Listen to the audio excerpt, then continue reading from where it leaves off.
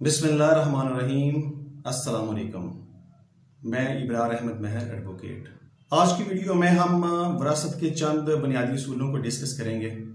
Aldous कि विरासत का टॉपिक इंतहाई कॉम्प्लिकेटेड टॉपिक है और ये बहुत लेंथी भी है, लेकिन चंद जो बुनियादी असूल हैं विरासत की तकसीम के हवाले से उसको डिस्कस किया जाएगा।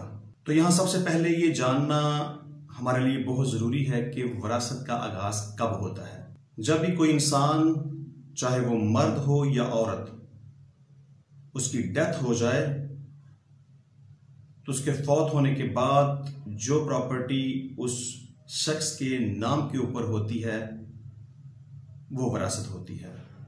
और किसी भी इंसान के फौत होने के बाद उसकी जायदाद को उसके वारसान में तकसीम कर दिया जाता है।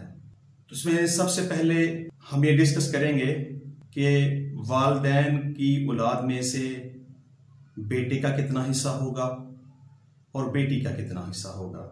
अगर सिर्फ एक बेटी हो तब उसका कितना हिस्सा होगा, और अगर दो या दो से ज़्यादा बेटियां हों, कोई बेटा ना हो, तो तब वालिदैन के फौत होने के बाद उन बेटियों का अपने वालिदैन की विरासत में से कितना हिस्सा होगा।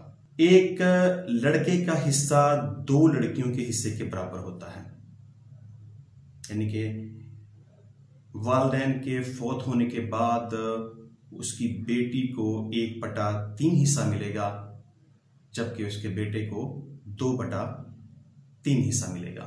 अगर औलाद में सिर्फ एक बेटी हो, इसके अलावा और कोई औलाद ना हो, तो वालिदैन के फौत होने के बाद उस बेटी को अपने वालिदैन की विरासत में से 1/2 हिस्सा मिलेगा, यानी कि वो बेटी अपने वालिदैन की विरासत में से आधी जायदाद की मालिक होगी। इसी तरह अगर वालिदैन की औलाद में से सिर्फ बेटियां हों, दो या दो से ज़्यादा, कोई बेटा ना हो, तो वालिदैन के फौत होने के बाद उन बेटियों को अपने वालिदैन की विरासत में से 2/3 हिस्सा मिलेगा। इसी तरह अगर कोई औरत वफात पा जाए और उसकी कोई औलाद ना हो, तो उसके फौत होने के बाद उसकी जायदाद में से उसके खामद को 1/2 हिस्सा मिलेगा, और अगर वो औरत बच्चों वाली हो और वो फौत हो जाए तो उसकी जायदाद में से उसके खामद को 1/4 हिस्सा मिलेगा।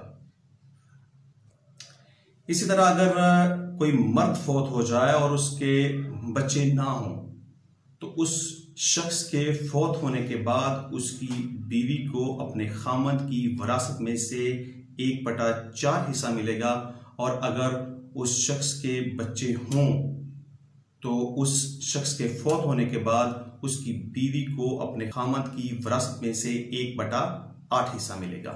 इसी तरह अगर औलाद में से कोई फौत हो जाए तो उसके तरके में जो जायदाद है वो उसके वालिदैन में जो तकसीम होगी, तो वालिदैन को अपनी औलाद के फौत होने के बाद विरासत में से 1/6 हिस्सा मिलेगा। आल्दो के ये एक लंबा टॉपिक है, इसको हम डिटेल के साथ यहाँ डिस्कस नहीं कर रहे, सिर्फ विरासत की तकसीम के जो चंद एक बुनियादी असूल हैं उसको हमने यहाँ डिस्कस किया है।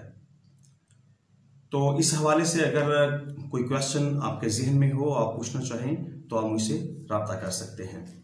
बहुत शुक्रिया।